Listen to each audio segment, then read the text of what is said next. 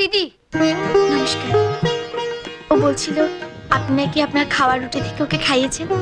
এই সব দিদিকে বলেছিস? হ্যাঁ, আমার ভাইকে আপনি একটু দেখবেন। রানাদা, চাকরিটা পেয়ে গেলে আমার দিদির বিয়ের জন্য কিছু টাকা দেবে তো?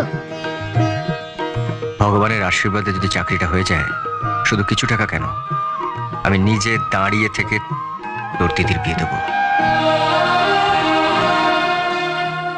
আবার নিজের দিদির বিয়ের সময় আমি কিচ্ছু করতে পারিনি, তাই ছোট্ট বোনটার বিয়ে দিয়ে আমি শেষ দুঃখটা ভুলবো। দাদা, আরে থাক থাক থাক।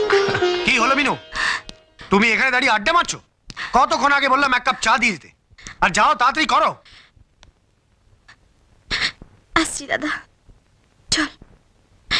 জয়া, কে রে? আমাদের পাড়ায় থাকে, আমার বন্ধু। তোর বোন?